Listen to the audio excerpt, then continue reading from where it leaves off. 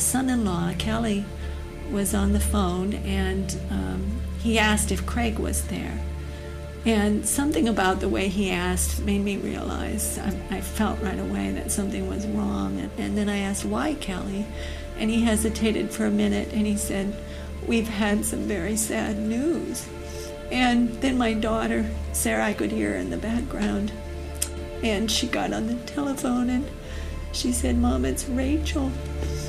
And I think the first words out of my mouth then were, is she dead?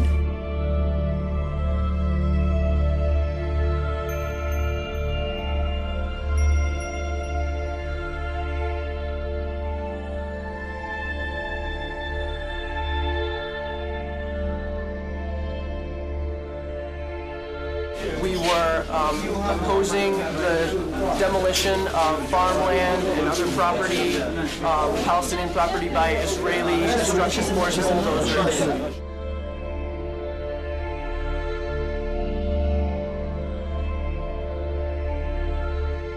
And the bulldozer drove up, and it kept going, and she tried to move back, but she couldn't move back, and she got caught underneath. She got caught underneath the bulldozer.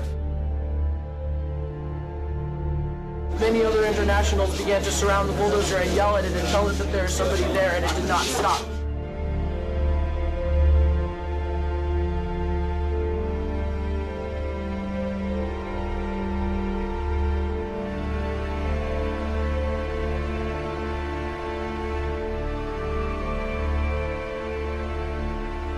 Where Rachel was killed, she was protecting a doctor's home. And that's important to realize. And the 3 children, his wife, she knew that family, and that doctor felt that Rachel was like a daughter to him. He bought that house. It was in the middle of the neighborhood. There were other rows of houses between his house and the border. Those other homes, those other streets were all destroyed, and now it was his turn. And I've had people say, well, she was in a war zone, and Cindy points out that war zone is people's neighborhoods. Those are children.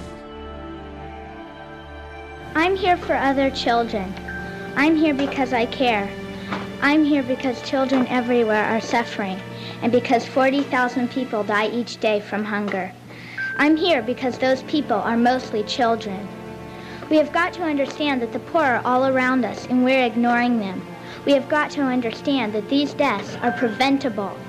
We have got to understand that people in third world countries think and care and smile and cry just like us. We have got to understand that they are us, we are them. My dream is to stop hunger by the year 2000.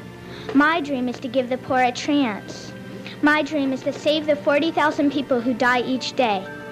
My dream can and will come true if we all look into the future and see the light that shines there.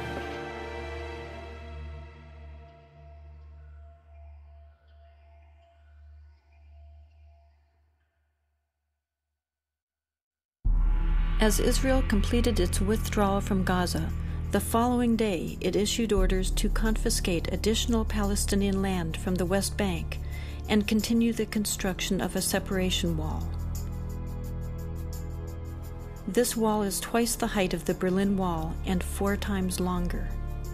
It rips through villages, severing travel for work, healthcare, and education, separating farmers from their lands and families from loved ones. An Israeli study revealed that the barriers route was chosen in order to confiscate land intended for illegal settlement expansion, not for security reasons. Here you have this huge wall being constructed right in the middle of the West Bank. How can anybody believe that there's going to be the creation of a real state? It's a symbol and a reality of oppression. Anybody outside of Israel who supports a two-state solution has to be very careful, because what they mean in a two-state solution is that 90% of historical Palestine would be Israel. In the rest 10%, you'll have 2 huge prison camps, one in the Gaza Strip and one in the West Bank.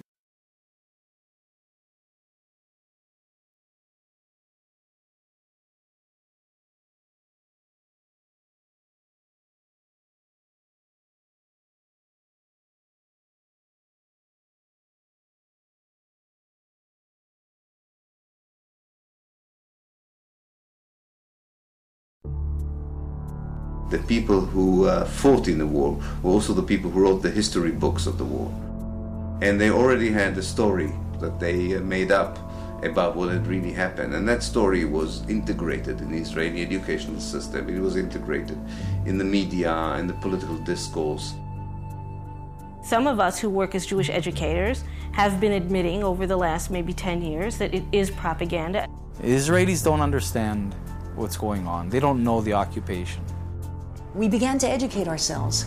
And the first thing we did was invite women, Palestinian women, to come into our homes and talk to us and tell us what exactly was the problem as they saw it. And little by little, we learned about their lives. We learned about the suffering they encountered on a daily basis.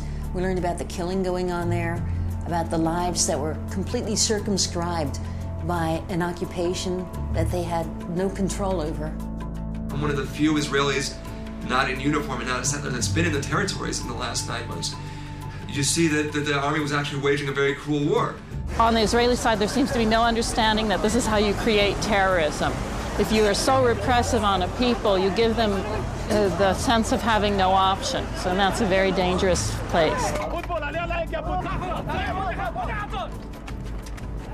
In fact, there's a very clear correlation between the kind of human rights abuses that Israel commits in the West Bank and Gaza and the Palestinian militant response to those abuses.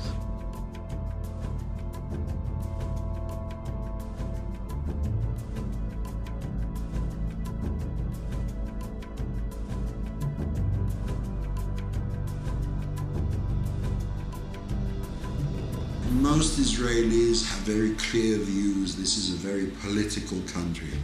And when you talk to somebody, you can argue all night.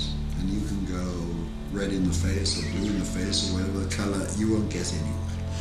But when somebody says, I refuse to do this is wrong for me, for us, for our country, this is immoral, and I'll go to prison rather than